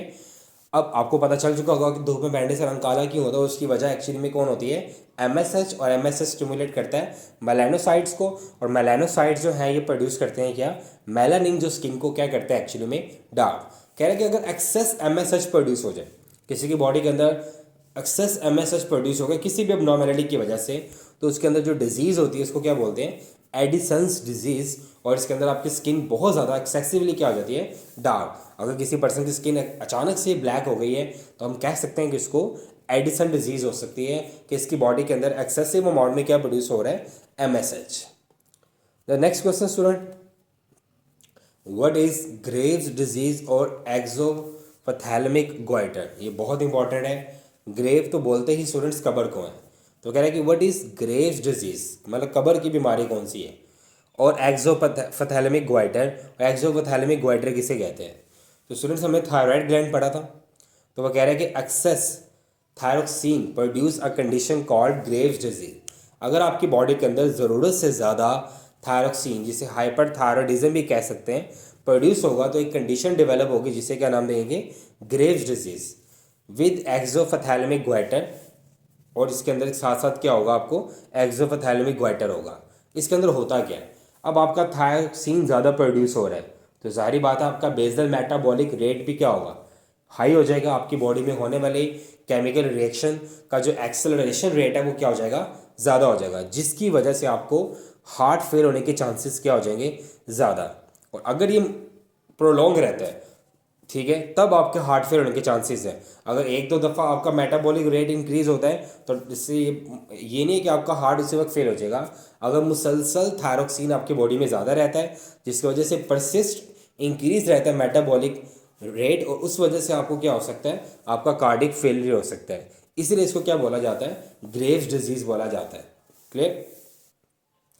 अब वो कह रहे हैं the cause of Grave disease is a production of an abnormal body protein which continuously stimulate the thyroid to excess secretion. कह रहे हैं कि इसकी जो सबसे बड़ी वजह है ना वो ये है कि हमारी बॉडी के अंदर कुछ ऐसी एबनॉर्मल प्रोटीन पैदा हो जाती हैं जो कि थायराइड ग्लैंड को स्टिमुलेट करती रहती हैं कि वो एक्सेसिव अमाउंट में क्या रिलीज करें, थायरोक्सिन प्रोड्यूस करें। क्लियर। मतलब इसकी रीज़न जो है वो हमारे ब्लड में थायरोक्सिन डेफिशिएंसी नहीं है जिसकी वजह से इसको बार बार स्टिमुलस जा रहा है कि थायरोक्सिन प्रोड्यूस करो।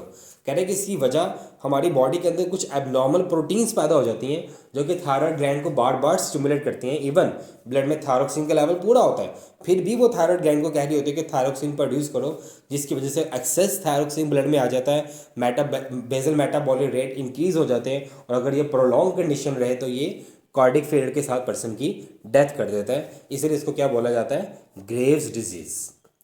नेक्स्ट क्वेश्चन है, ये बहुत इंपॉर्टेंट लॉजिकल सवाल है। Name the hormones which are antagonist in action. कह रहे हैं कि उन हार्मोन्स के नाम बताओ जो कि एंटागोनिस्ट इन एक्शन है। एंटागोनिस्ट इन एक्शन से मुराद ये है कि इनके फंक्शनिंग आपस में एक दूसरे से ऑपोजिट है। क्लियर, ये जरा ध्यान से सुनना है। पहला जो पेयर है वो है calcitonin and parathyroid hormone. Calcitonin thyroid gland से आता है और पैराथ्रो हार्मोन ये पैराथायराइड ग्लैंड से आता है। कैल्सिटोनिन क्या करता है, ये हमारे ब्लड में से एक्स्ट्रा कैल्शियम पिकअप करता है और उसे बॉन में जाकर डिपॉजिट कर देता है।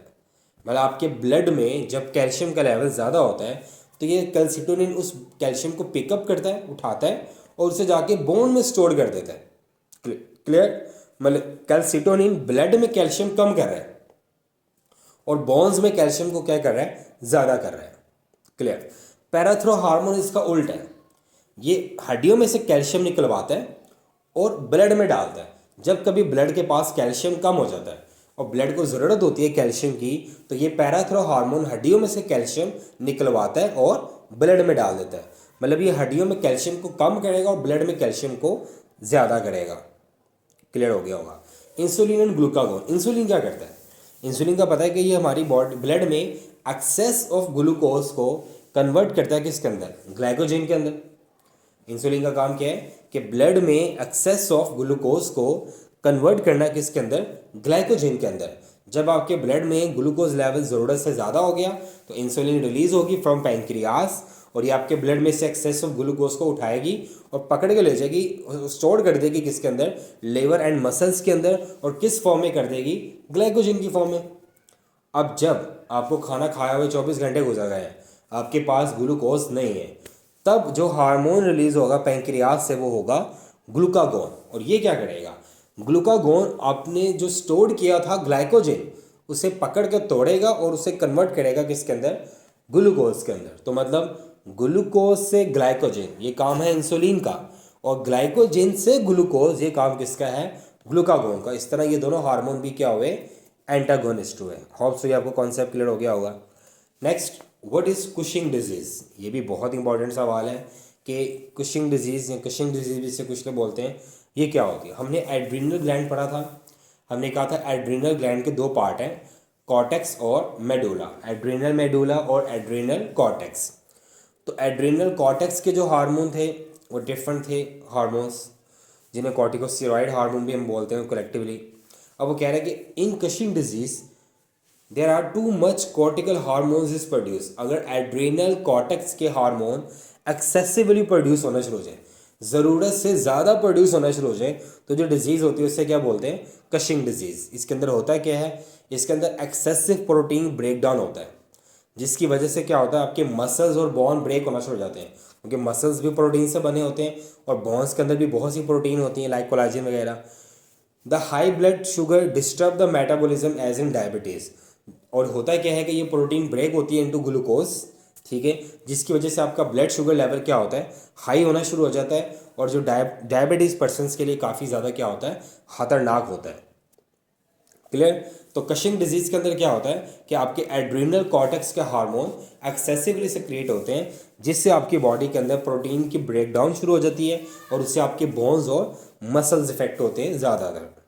तो नेक्स्ट क्वेश्चन है students, name the hormone of gut and write down its role. अगर हम गट की बात करें तो हम जानते हैं कि जो गट होती है वो हमारा डाइजेस्टिव ट्रैक होता है। तो वो कह रहे हैं कि गट के हार्मोन्स के नाम क्या क्या हैं और उनके क्या क्या रोल हैं, उनके क्या क्या फंक्शन हैं। तो स्टूडेंट्स हम जानते हैं कि हमारे पास गट के दो हार्मोन हैं, एक है गैस्ट्रिन और एक कौन सा वाला है, सिक्रेटिन। अगर हम गैस्ट्रिन की बात करें कि गैस्ट्रिन क्या है, तो कह रहे हैं कि gastrin is the hormone produce by the mucosa of the pyloric region of the stomach. Stomach का जो एंड वाले रीजन होता है उसको क्या बोलते हैं, पाइलोरिक रीजन। तो कह रहे हैं कि स्टमक का जो पाइलोरिक रीजन है वहाँ से एक हार्मोन प्रोड्यूस होता है उसकी म्यूकोजा लेयर से, इसे गैस्ट्रिन कहा जाता है। ये क्या करता है, it stimulate the secretion of gastric juice. हमें पता है कि स्टमक के अंदर एक जूस होता है जिसे गैस्ट्रिक जूस बोलते हैं, जो कि डाइजेशन में हेल्प करता है। तो ये स्टिमुलेट करता है इन द सेक्रेशन ऑफ क्या, gastric juice. It is produce under the influence of protein food in stomach after it is partially digested. तो हम ये कह सकते हैं कि जब भी स्टमक के अंदर protein part of food digest होने के लिए आता है तो गैस्ट्रिन हार्मोन स्टिमुलेट होता है from the pyloric region of the stomach, और ये गैस्ट्रिन हार्मोन सिक्रीट करवाता है किसको, गैस्ट्रिक जूस को। जितने प्रोटीन कंटेंट ज़्यादा होगा उतना गैस्ट्रिन हार्मोन की को स्टिमुलेट ज़्यादा स्ट्रांगली मिलेगा, उतना गैस्ट्रिन हार्मोन ज़्यादा किसको स्टिमुलेट देगा, गैस्ट्रिक जूस को, और उतना गैस्ट्रिक जूस प्रोड्यूस क्या होगा, ज़्यादा होगा, ताकि इस प्रोटीन पार्ट ऑफ फूड को क्या किया जा सके, डाइजेस्ट किया जा सके। The next hormone is secretin. Secretin की बात करें तो कह रहा है it is produce from the duodenum, the first part of small intestine, when acid food touches it's lining. हमें पता है कि जब स्टमक में डाइजेशन कंप्लीट होती है तो एसिडिक काइम प्रोड्यूस होता है। वो एसिडिक काइम जो है वो स्मॉल इंटेस्टाइन में जाता है ड्यूडिनम के अंदर, और जो ही ड्यूडिनम के साथ वो एसिडिक काइम टच होता है तो ड्यूडिनम की लाइनिंग्स एक हार्मोन प्रोड्यूस करते हैं जिसको क्या बोला जाता है, सिक्रेटिन। अभी सिक्रेटिन क्या करता है, it affects the pancreas to produce and release pancreatic juice and also affect the rate of bile produce in the liver. हमें पता है कि ड्यूडिनम के अंदर दो सिक्रीशंस आती हैं, एक आती है पैंक्रियाटिक जूस और एक क्या आता है, बाइल आता है, ताकि फूड को मज़ीद डाइजेस्ट किया जा सके। तो ये जो पैंक्रियास से पैंक्रियाटिक जूस और लिवर से बाइल की सिक्रीशंस को स्टिमुलेट करता है, ये कौन कर रहा होता है, सिक्रेटिन। तो जो गैस्ट्रिन है ये स्टमक के पाइलोरिक रीजन से आता है और ये गैस्ट्रिक जूस को सिक्रेट करवाता है, और जो सिक्रेटिन है ये ड्यूडेनम की लाइनिंग से सिक्रेट होता है जब एसिडिक काइम इसको टच करता है, और ये क्या करता है, ये रिलीज करवाता है पैंक्रियाज से पैंक्रियाटिक जूस, और लिवर से क्या करवाता है, bile. Hope so clear. Next question students, question number 23 है students, write down the comparison between nervous and chemical coordination. हमारा चैप्टर ही कोऑर्डिनेशन एंड कंट्रोल है, तो वो कह रहा है कि जो नर्वस कोऑर्डिनेशन है और केमिकल कोऑर्डिनेशन है इनका आपस में क्या कंपैरिजन है ये बताया जाए। तो पहली बात ये है कि both hormone producing cells and nerve cells synthesise chemical messenger. कह रहे हैं कि चाहे हार्मोन्स हैं चाहे न्यूरॉन्स हैं, दोनों तो एक केमिकल ही प्रोड्यूस कर रहे हैं ना, और उस केमिकल को क्या बोलते हैं, मैसेंजर। तो इनका एक जो कॉमन फीचर है वो एक मैसेंजर है। Second, both release the messenger chemical in extra cellular spaces of the body, और दोनों ही इन केमिकल्स को सेल के बाहर रिलीज करते हैं, सेल के अंदर कोई रिलीज नहीं करता। Third, both help in coordinate the body, जाहिर सी बात है दोनों का काम बॉडी के डिफरेंट पार्ट्स को आपस में क्या करना है, कोऑर्डिनेट करना है। फोर्थ है, both function in response to specific stimuli either from within the body और फ्रॉम द एक्सटर्नल इन्वायरमेंट। तो कह रहे हैं कि दोनों का काम ही स्टिमुलस को क्या करना है, रिस्पॉन्ड करना होता है, चाहे वो अंदरूनी माहौल से आ रहा है चाहे वो बैरूनी माहौल से आ रहा है। और पांचवा, इन दोनों का जो कॉमन कंपैरिजन है वो ये है कि both are homeostatic in function, दोनों ही बॉडी के इंटरनल इन्वायरमेंट को मेंटेन करने के लिए क्या होते हैं, लगे होते हैं। नेक्स्ट क्वेश्चन नंबर 24 है स्टूडेंट, ये बिहेवियर्स में से आया हुआ है, और ये ओरिएंटेशन की दो टाइप्स होती हैं, डिफरेंस बिटवीन काइनेसिस एंड क्या, टैक्सिस। अगर हम काइनेसिस की बात करें तो वो कह रहा है कि it is a behaviour in which an organism change the speed of random movement which help them to survive in the environment. मतलब अगर वो क्या कह रहा है कि ऐसा बिहेवियर है जिसके अंदर ऑर्गेनिज्म क्या करता है, अपनी स्पीड को रैंडमली चेंज करता है, मतलब अगर वो सीधा जा रहा है स्ट्रेट लाइन में तो वो सडनली लेफ्ट हो जाएगा या राइट हो जाएगा। तो ये जो रैंडमली अपनी स्पीड को क्या करना है, अपनी मूवमेंट्स को क्या करना है, स्पीडी मूवमेंट्स को रैंडमली क्या करना है, चेंज करना होता है, इसे हम किस चीज़ का नाम दे रहे होते हैं, काइनेसिस का नाम दे रहे होते हैं। और वह कह रहा है कि इस तरह का जो बिहेवियर है वो इनको हेल्प करता है किस चीज़ के अंदर, सर्वाइवल के लिए अंदर। इस वजह से फिर इन्हें कोई शिकारी पकड़ नहीं सकता, इस वजह से ये अपने टारगेट तक जल्दी से पहुंच जाते हैं। यहाँ पर उसने एग्जांपल दी है कि this type of behaviour enable pill bugs to reach the moist area which is required for their life. जो पिल बग होता है उसे मॉइस्ट एरिया चाहिए होता है अपने सर्वाइवल के लिए, तो इसी तरह वो रैंडम मूवमेंट करता हुआ अपने मॉइस्ट एरिया तक पहुंच जाता है। अगर वो रैंडम मूवमेंट नहीं करेगा तो उसके लिए मॉइस्चर एरिया तक पहुंचना क्या होता है, मुश्किल हो जाएगा, जिससे उसकी लाइफ थ्रेटनिंग के चांसेस क्या होते हैं, ज़्यादा होते हैं। और अगर हम टैक्सिस की बात करें तो ये क्या होती हैं, ये डायरेक्टेड मूवमेंट्स होती हैं, या तो ये सीधी होती हैं या ये उल्टी होती हैं, मतलब ये दाएं बाएं रैंडमली मूवमेंट्स को अपनी चेंज नहीं करते। तो या तो ये टुवर्ड्स स्टिमुलस होती हैं या ये अवे फ्रॉम द स्टिमुलस होती हैं।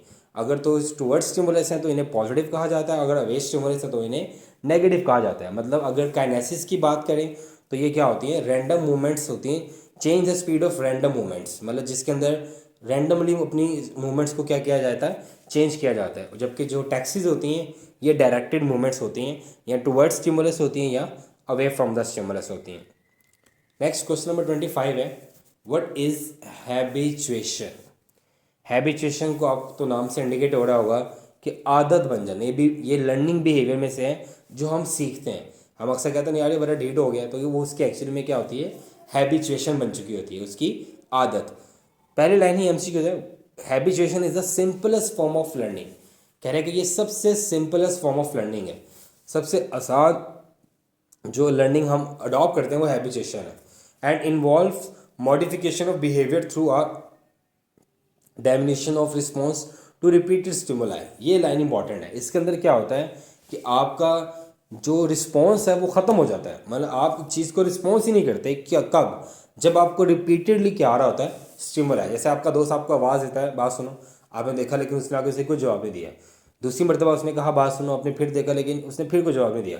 तीसरी मरतबा वो आवाज़ देगा लेकिन आप पीछे मुड़कर नहीं देखोगे, आपका रिस्पॉन्स ही ख़त्म हो जाएगा। ठीक है, रिपीटेड स्टिमुलाई की वजह से इस किस्म के बिहेवियर को हम क्या बोलते हैं, हैबिचुएशन। तो इसे हम क्या कहेंगे, diminution of response to repeated stimuli. कि अब बंदा आपको एक स्टिमुलस बार बार दिए जा रहा है लेकिन आपको लगता है कि ये स्टिमुलस मेरे लिए इतना ज़रूरी नहीं और आपकी बॉडी इसको रिस्पॉन्ड नहीं करती, तो दैट इज़ नाउन एज क्या, हैबिचुएशन। अ लॉस ऑफ रिस्पेक्टिविटी to repetition stimuli can be useful in preventing a drain of energy and attention for trivial responses वगैरह की इस वजह से हमारी एनर्जी भी बच जाती है और हम बहुत सी चीज़ें अडॉप्ट भी कर लेते हैं। अभी अभी एग्जांपल दे रहा है कि एक स्नेल है, उसके ऊपर आपको पता है शेल होता है, वो एक ग्लास शीट के ऊपर चल रही है, क्राउल कर रही है। आपने क्या किया, उस ग्लास शीट को टैप किया, वो फटाफट वो क्या करेगी स्नेल, वो अंदर घुस जाएगी, उसको लगेगा कि कोई खतरा है। फिर 2 मिनट बाद बाहर आएगी, फिर आपने टैप किया, वो फिर अंदर घुस जाएगी, फिर 2 मिनट बाद बाहर आएगी, फिर आप टैप करोगे तो फिर वो अंदर नहीं घुसेगी। उसे पता है कि ये स्टिमुलस वैसे ही आ रहा है, इससे मुझे कोई नुकसान नहीं हो रहा। तो जो रिपीटेड स्टिमुलाई की वजह से उसका जो रिस्पॉन्ड ख़त्म हो गया है, that is include into a habituation. अस्सलाम वालेकुम स्टूडेंट्स, नाउ इस चैप्टर के जो पास्ट पेपर के एमसीक्यूज़ हैं अब उन्हें हम डिस्कस करते हैं। ये बहुत इंपॉर्टेंट एमसीक्यूज़ हैं, लॉजिकल एमसीक्यूज़ हैं, तो इन्हें ज़रा ध्यान से आप लोगों ने सुनना है और मेमोराइज़ करना है, ताकि अगर बोर्ड में अगर ऐसा कोई एमसीक्यूज़ आपके सामने आता है तो आप उसे फ़ौरन टिक करें। Match diabetes insipidus which one of the following. कह रहे हैं कि जो डायबिटीज़ इंसिपिडिस है वो इनमें से किससे रिलेट करती है?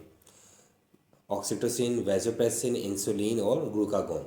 ऑक्सीटोसिन की बात करें तो ये तो बिल्कुल नहीं है, इंसुलिन तो बिल्कुल नहीं है। इंसुलिन से जो रिलेट करती है वो डायबिटीज़ मेलाइटस है, इंसेपाइटिस नहीं है।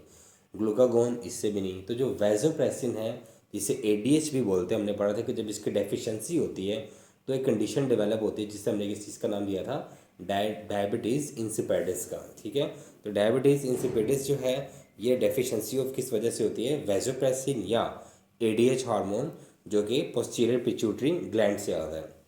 उसके बाद है Kohler use chimpanzee to proof. ये लर्निंग बिहेवियर में से एमसीक्यू आया हुआ है कि कोहलर एक साइंटिस्ट था, उसने चिंपैंजी को यूज़ किया था कौन सा बिहेवियर प्रूफ करने के लिए? हैबिचुएशन, लेटेंट इम्प्रिंटिंग, ये इनसाइट लर्निंग। तो हमें पता है कि जो इनसाइट लर्निंग है उसे प्रूफ करने के लिए कोहलर ने क्या यूज़ किया था? चिंपैंजी का यूज़ किया था। उसने पिंजरे के अंदर चिंपैंजी रखा और कुछ बॉक्सेस रखे और ऊपर उसने बनाना हैंग कर दिया। तो उसने डिफरेंट बॉक्सेस को इकट्ठा किया, जोड़ा, ऊपर चढ़ा और बनाना कैच किया। तो ये कौन सी लर्निंग थी उसकी? Insight learning. उसके बाद है the corpuscles situated quite deep inside the bodies. Meissner corpuscles, Pacinian corpuscles, nasals या वाइट ब्लड सेल्स। तो स्टूडेंट्स हमने पढ़ा था कि जो पेसिनर कार्पसल्स होते हैं ये प्रेजेंट होते हैं डीप इन द बॉडी और ये डीप प्रेशर को डिटेक्ट कर रहे होते हैं और ये साथ में वाइब्रेशन सेंस को भी जज कर रहे होते हैं। जो मेजनर कार्पसल्स होते हैं ये फिंगर टिप्स की रिजेस में होते हैं, ये सुपरफिशियल टच को देखते हैं। लेकिन जो डीप प्रेशर सेंसेशंस होती हैं, वाइब्रेशन की सेंसेस होती हैं, ये पसीनियर कार्पसल्स इसको डिटेक्ट करते हैं। तो the right answer is Pacinian corpuscles. उसके बाद है the hormones secreted by mucosa of the pyloric region of the stomach. Stomach के जो पाइलोरिक रीजन होता है वहाँ के जो म्यूकोसा मेम्ब्रेन है वहाँ से एक हार्मोन रिलीज होता है, उसका नाम क्या है? गैस्ट्रिन, सिक्रेटिन, एस्ट्रोजन और प्रोजेस्टेरोन। तो स्टूडेंट्स हम जानते हैं कि गैस्ट्रिन वो हार्मोन है जो कि pyloric region of the stomach से सिक्रेट होता है और गैस्ट्रिक जूस को स्टिमुलेट करता है for the digestion of the protein part of food. Next, the type of learning involve diminution of response with repeated stimuli. ये स्टूडेंट्स अभी हम डिस्कस भी कर चुके हैं। अगर आपको रिपीटेडली एक स्टिमुलस दिया जा रहा है लेकिन उसका रिस्पॉन्स अगर आपकी बॉडी में से डिमिनिश हो गया, मतलब आप उसको रिस्पॉन्ड नहीं कर रहे, तो ये जो रिपीटेड स्टिमुलस की वजह से रिस्पॉन्स का एंड हो जाना है, ये जो लर्निंग की टाइप थी ये कौन सी वाली थी? हैबिचुएशन। क्योंकि हैबिचुएशन एक ऐसी लर्निंग बिहेवियर है जिसके अंदर आपका रिस्पॉन्स जो है वो ख़त्म हो जाता है टूवर्ड्स रिपीटेड स्टिमुलाई। उसके बाद है which hormone in male stimulates interstitial cells of test to secrete testosterone. कह रहा है कि मेल्स के अंदर ऐसा कौन सा हार्मोन है जो कि इसके टेस्टिस के इंटरस्टिशियल सेल्स को स्टिमुलेट करता है कि वो टेस्टोस्टेरोन हार्मोन को रिलीज करें? तो स्टूडेंट्स हम जानते हैं इसके अंदर ऑप्शन TSH, FSH, LH और ICSH। ये जो ICSH है, इंटरस्टिशियल सेल स्टिमुलेटिंग हार्मोन, ये वो हार्मोन है जो कि मेल्स के टेस्टिस के इंटरस्टिशियल सेल्स को स्टिमुलेट करता है ताकि वो टेस्टोस्टेरोन को सिक्रीट करे और आगे से वो स्पर्मेटोजेनेसिस करवा सके।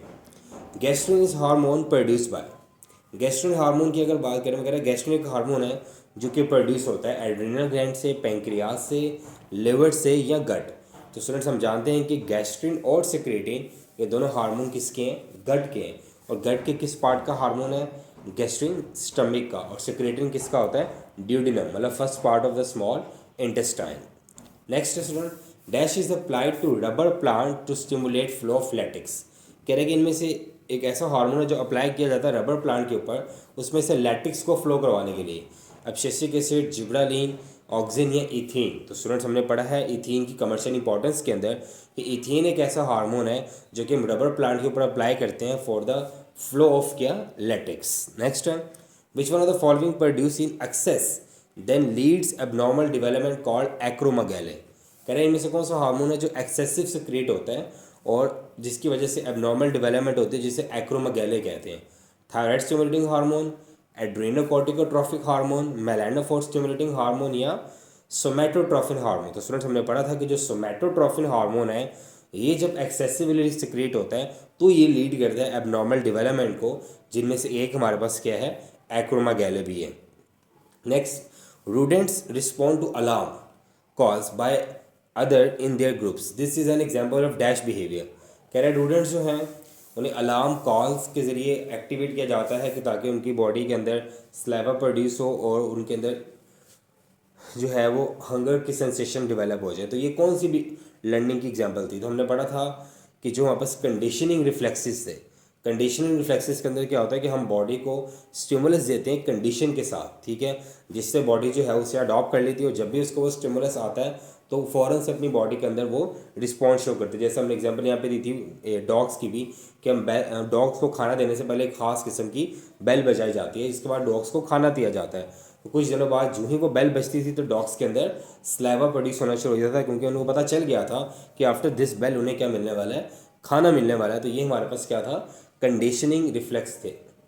उसके बाद nociceptors produce the sensation of, ये बहुत इंपॉर्टेंट एमसीक्यू है। तो स्टूडेंट्स हम जानते हैं कि जो नोसिसेप्टर्स होते हैं ये स्पेसिफिकली किस चीज़ के लिए होते हैं, पेन के लिए।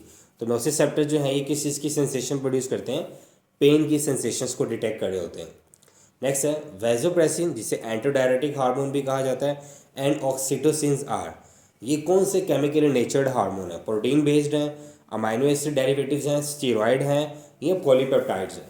तो स्टूडेंट्स ये बहुत इंपॉर्टेंट है, ये पीछे मैं डिस्कस भी कर चुका हूँ कि ये जो वैसोप्रेसिन और ऑक्सीटोसिन है ये पॉलीपेप्टाइड नेचर्ड हार्मोन है। उसके बाद है a small number of alpha cells in pancreas secrete, हमने पढ़ा कि पैंक्रियास में दो तरह के सेल्स होते हैं, अल्फा सेल्स और बीटा सेल्स। अगर हम अल्फा सेल्स की बात करें तो ये एक हार्मोन रिलीज़ करते हैं जिससे क्या बोलते हैं, ग्लूकागॉन। और बीटा सेल्स जो हार्मोन रिलीज़ करते हैं वो कौन से होते हैं, इंसुलिन। तो a small number of alpha cells in pancreas secrete, तो ये क्या सिक्रेट करेंगे स्टूडेंट्स, ग्लूकागॉन, और बीटा सेल्स क्या सिक्रेट करेंगे, इंसुलिन। उसके बाद है which hormone is necessary for fruit set, कह रहे हैं कि इनमें से कौन सा हार्मोन है जो फ्रूट सेटिंग के लिए बड़ा नेसेसरी है, ऑक्सिन, जिब्रालिन, साइटोकाइनिन या इथीन। तो स्टूडेंट्स हम जानते हैं कि जो ऑक्सिन है this is a major hormone for fruit setting. उसके बाद है which hormone is chemically a steroid, कह रहे हैं कि इनमें से कौन सा हार्मोन है जो कि केमिकली क्या है, स्टीरॉयड है, एडीएच, एंटीडायरेटिक हार्मोन, थायरोक्सिन, इंसुलिन या कॉर्टिसोन। तो स्टूडेंट्स हमें पढ़ा है कि जो कॉर्टिसोन है ये एक्चुअली में केमिकली क्या है, स्टीरॉयड हार्मोन है जो कि एड्रीनल कॉर्टेक्स से रिलीज होते हैं। Next students, maximum speed of nerve impulse is dash, कह रहे हैं कि नर्व इम्पल्स की मैक्सिमम स्पीड कितनी है। तो स्टूडेंट्स हमने पढ़ा था कि जो साल्टेटरी नर्व इम्पल्स है उसकी मैक्सिमम स्पीड कितनी होती है, 120 मीटर पर सेकेंड। तो यहाँ पे जो राइट आंसर है वो क्या होगा, 120 मीटर पर सेकेंड होगा। नेक्स्ट, इथीन इंड्यूस फ्लावरिंग इन, ये बुक की लाइन है कि जो इथीन है ये फ्लावरिंग इंड्यूस करती है किन प्लांट्स के अंदर। तो हमने ये बुक की लाइन में पढ़ा था कि पाइनएप्पल के अंदर जो इथीन है वो फ्लावरिंग इंड्यूस करती है। तो right answer is pineapple. Next, parthenocarpy is some time artificially induced in tomato, peppers ETC by adding, कह रहे हैं कि पार्थिनोकार्पी किसे बोलते हैं, आर्टिफिशियली, अगर हम विदाउट मेल के इंटरफेरेंस अगर फ्रूट्स की डेवलपमेंट होती है विदाउट फर्टिलाइजेशन और नो सीड फॉर्मेशन तो उसे बोलते हैं पार्थिनोकार्पी। तो कह रहा है कि जो पार्थिनोकार्पी है उसके अगर हमने इंड्यूस करवाना हो without male pollen grain involvement तो कौन सा हार्मोन नेसेसरी है। तो स्टूडेंट्स हम जानते हैं कि ऑक्सिन हार्मोन ऐसा है जो कि पार्थिनोकार्पी को में भी क्या करता है, हेल्प करता है। उसके बाद है lack of vasopressin hormone cause, कह रहे हैं कि वैसोप्रेसिन हार्मोन अगर नहीं होगा तो कौन सी डिजीज़ होगी, डायबिटीज़ मेलाइटिस ये इंसुलिन की वजह से होती है, पार्किंसन डिजीज़ ये डोपामाइन डेफिशिएंसी की वजह से होती है, एडिसन डिजीज़ ये डिस्ट्रक्शन ऑफ एड्रिनल कॉर्टेक्स की वजह से होती है, और डायबिटीज़ इंसिपिडिस इज़ अ डिसऑर्डर जो कि लैक ऑफ वैसोप्रेसिन हार्मोन या एडीएच की वजह से होती है। Next, in humans the mid brain is, कह रहे हैं कि ह्यूमंस के अंदर मिड ब्रेन कैसा होता है, लार्ज, ब्रोकन, स्वेलन या रिड्यूस। तो हम जानते हैं स्टूडेंट्स के जो मिड ब्रेन होता है ह्यूमंस का वो रिड्यूस इन साइज होता है, वो छोटा होता है कंपैरेटिवली फॉर ब्रेन और हाइंड ब्रेन। उसके बाद है microscopic gap between the two neurons is called, कह रहे हैं कि दो न्यूरॉन्स के दरमियान एक जो माइक्रोस्कोपिक गैप होता है उसे क्या बोलते हैं। तो स्टूडेंट जो दो न्यूरॉन्स के बीच में एक माइक्रोस्कोपिक गैप एग्जिस्ट कर रहा होता है उसे हम किस चीज़ का नाम दे रहे होते हैं, साइनैप्स का नाम दे रहे होते हैं। हमें पता है कि साइनैप्स एक क्या होता है, नॉन साइटोप्लाज्मिक जंक्शन होता है या एक माइक्रोस्कोपिक गैप होता है बिटवीन टू कंसेक्यूटिव न्यूरॉन, और वो रिलीज करते हैं प्री साइनेप्टिक न्यूरॉन रिलीज करती है न्यूरोट्रांसमीटर जो कि पोस्ट साइनेप्टिक न्यूरॉन के ऊपर जाकर बाइंड होता है और इसी तरह मैसेज कंडक्ट होता है आगे की तरफ। उसके बाद Alzheimer disease is, Alzheimer disease जो है वो है physical illness, renal illness, pulmonary illness या मेंटल इलनेस। तो हम जानते हैं कि अल्जाइमर डिजीज के अंदर आपके ब्रेन की फंक्शनिंग डिक्लाइन होती है, तो so it's a mental illness. उसके बाद nasal granules are groups of, कह रहे हैं कि जो नेजल ग्रैन्यूल्स हैं ये ग्रुप्स ऑफ क्या हैं, लाइसोसोम्स, राइबोसोम्स, क्रोमोसोम्स या मेसोसोम्स। हमने पढ़ा था कि ये राइबोसोम्स का ग्रुप है जो कि एसोसिएटेड होता है with rough endoplasmic reticulum and Golgi operators in the cytoplasm of cell body of neuron. उसके बाद है Alzheimer disease is characterized by decline in the functioning of, वही बात आ गई कि अल्जाइमर डिजीज जो है इसके अंदर डिक्लाइन होती है इन द फंक्शनिंग ऑफ क्या, लिवर, किडनी, ब्रेन या स्टमक। तो हम जानते हैं कि डिक्लाइन होता है इन द फंक्शनिंग ऑफ क्या, ब्रेन।